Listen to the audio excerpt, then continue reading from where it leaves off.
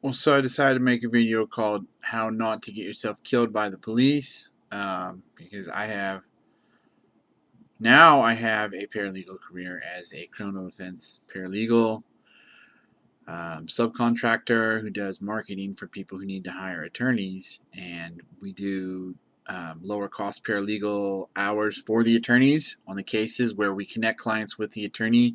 If they hire the attorney has agreed to use Apex Law Service um, as their paralegal business. It's taken me a number of years. I'm 41 years old, and we've gotten going in the last year, the last 5 years since getting out of paralegal training. I interned with a criminal defense attorney. Um, I started an expungement legal document assistance business, and that went marginally well. I had to learn more about the internet and also about document completion. And then I started doing outsourced paralegal subcontracting because it just presented itself as a more natural modality for what I wanted to do more fully, which was research and writing for criminal defense cases. Now, that having been said, when I was younger, when I was born, um, my father was on federal parole. He was arrested smuggling some cannabis, 300 pounds, at the Mexican American border 3 years before I was born in '76. And he got off of federal parole right after I was born, a little ways after I was born. And then, he had all the best intentions in the world, but it was too easy for him to go and grow cannabis in Oregon. We live in San Diego. He went and he got himself arrested there and went to the state pen when I was 3. And I have, his family is a great family. He just was part, somebody of his time in the motorcycle rowdy sense type of thing. Uh, that was just him. Our family on my biological father's side has always had different drinking issues, but my grandfather, his father, worked for NASA and was an artilleryman in the Army in World War II. So, maybe more of the more traditionally defined functional alcoholics type of thing. So, you know, um, ever since I was young, though, I felt like there was just like some sort of injustice about it. And, that just comes from being a family member of someone who's been to prison when you're young. That's somebody who you look up to. But I did know that he was somebody who lived the life that was little outside the lines of where my mom and my stepdad wanted me to live. I mean, he drank way too much. He would get enticed into criminal drug dealing things. He had talent as a mechanic and as a pianist, and also as a carpenter. You know, he had done a bunch of things, but so I always felt like there was a story that maybe could have been presented more fully or something. But they say that you never hear more stories about innocent men than in prison, right? So that's one of the things. You just have to learn to follow the law if you have any type of proclivity while drinking to do illegal things or any proclivity towards illegal activity.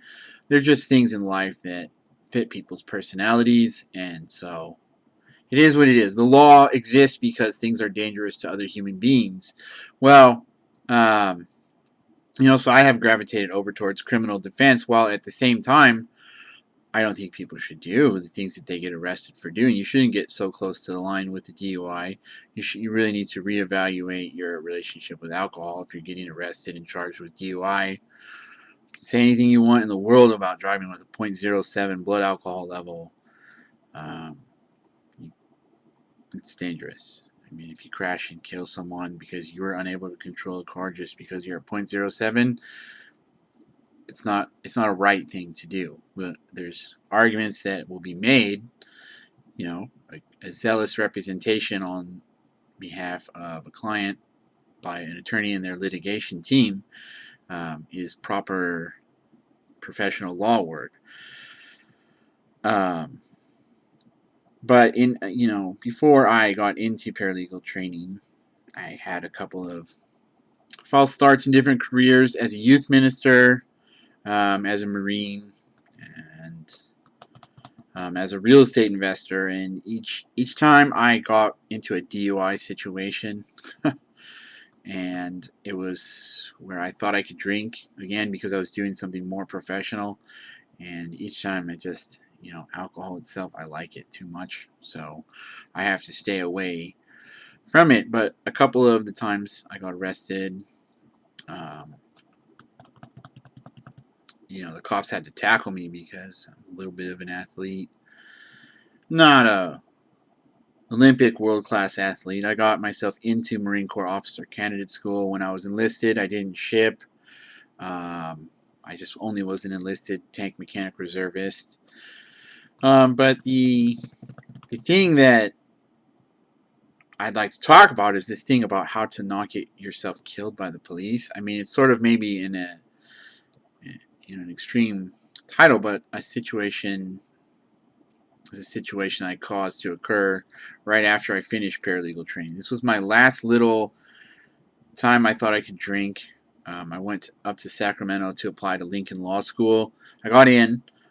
It was great. I really liked the place, so I went out, had some celebratory martinis because I thought since I was now a freshly minted paralegal graduate from the University of San Diego's paralegal program that I had to learn how to drink martinis and be, a business person in the legal industry. Well, I did need to learn how to be a business person in the legal industry, but I mean, I got too drunk. The bartenders cut me off at the end of the night. Some girl who I was talking with shut me down conversationally. I walked outside of the bar. I don't know what it was. I smacked this uh, rearview mirror off of this car, and the cops were standing right there, and I got myself arrested. And they didn't see me, actually. They were looking the other way, and I admitted it. I said, "Oh, that was me. I got to pay for it." They're like, "Whoa, bro, we didn't see anything. You don't have to admit to anything. What just happened?" So I said it again. I admitted it again. They were trying to give me an out because I started talking to them in the back seat of the car. And I was like, "Oh, man, I'm up here for law school. I can't believe this. Oh, came up here to apply." They're like, "Oh, what? Yeah, I'm looking for apartments. So it was just this dumb thing I did. And I did pay for the rear view mirror, but when we got to the police station, the sheriff sat me down in Sacramento. It's the Sacramento City, Sacramento County sheriffs who run the police department downtown.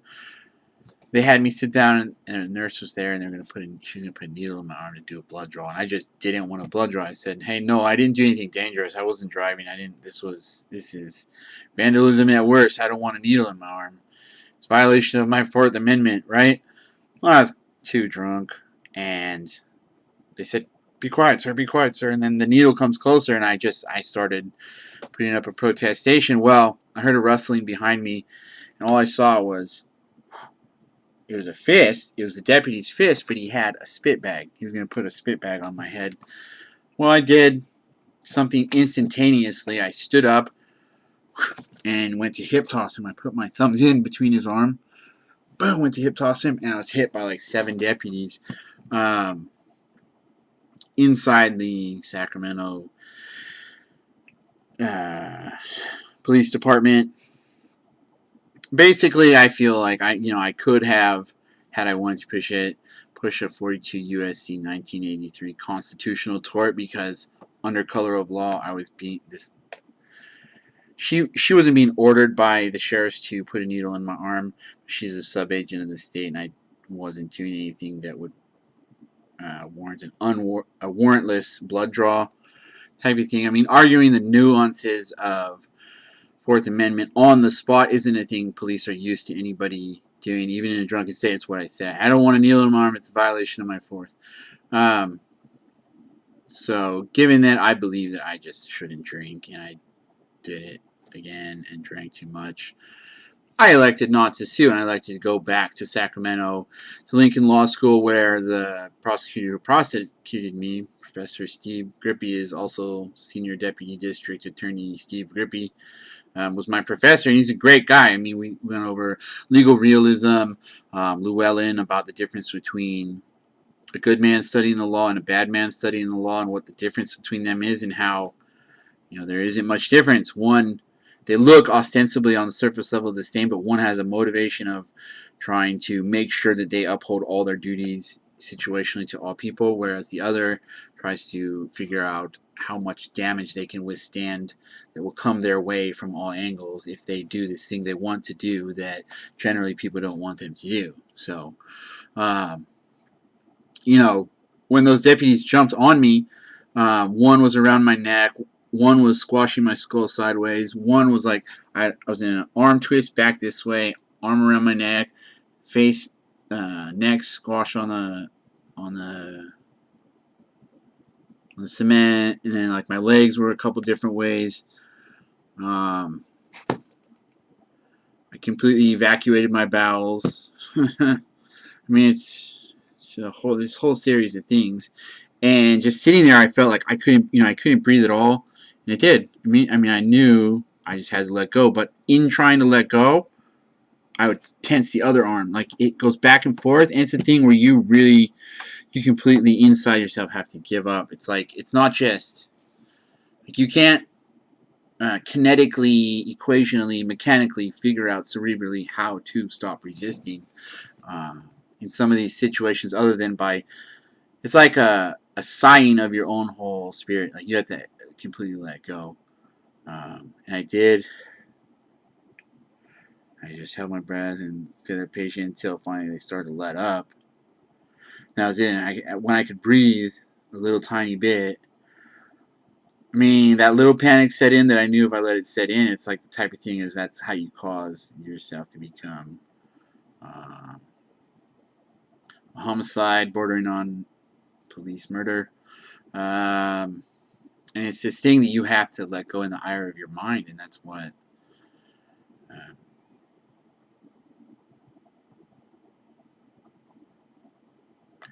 culturally some subgroups of our culture, larger society, are not perfectly well trained, or they're not very well. Uh, the probability of calming down when you need to calm down is not as high as someone like me, a trained Marine and a law professional, and a trained youth minister, someone who's been a security guard, all these things. I mean, I've done all these things. I know about authority and when you're supposed to submit. And when it comes down to just your basic mechanics, I think there's something very wrong with this thing called differential association. We hear a lot of voices. You hear it all over black media, the liberal media, the hip hop industry. Oh, these cops are racist and they're out to get you. The guy who just died, he was resisting arrest. You see, at the very end, he drops to his, um, sitting cross-legged. It's because it's this resistance mindset. When the cops show up, you're not supposed to resist them. I mean, you have to accept that you've done something that caused somebody to call the cops on you. And the other thing about it is you have to recognize that you're outgunned. And it's not when you should fight. That's when dangerous things happen. So the thing about not getting killed by the cops, I mean, I could have gotten myself killed by the cops if I had had an attitude to struggle further right then. My instinct to do a hip toss and put my thumbs in was a Marine Corps thing. I know I sound like a white racist talking about blaming the victim to people right now. I mean, for one, you're not going to listen to this video. I'll have 3 or 4 views. You won't get this far in the video. But it is the truth. It is the reason why Black Lives Matters is a negative influence in the black community. Young black people need not to fight the cops when they show up. The cops have guns. They're better at aiming and shooting and killing you than you will ever be at hitting any of them by the numbers. I mean, you don't want to kill a cop either. Like, if you have a gun, it's just like, it's so low percentage of a thing to argue that the guy at the liquor store with a pistol who gets the cops called on him is somehow the hero who black America should look up to and liberal America should champion. um, I don't like all the attitudes of every police officer in the world. In fact, I mean, they're downright scary. If you think about it, having been in the Marine Corps Reserves, listening to some police officers who are reservists, we got in these conversations about, pleading the fifth and the fourth, which I brought up, of course.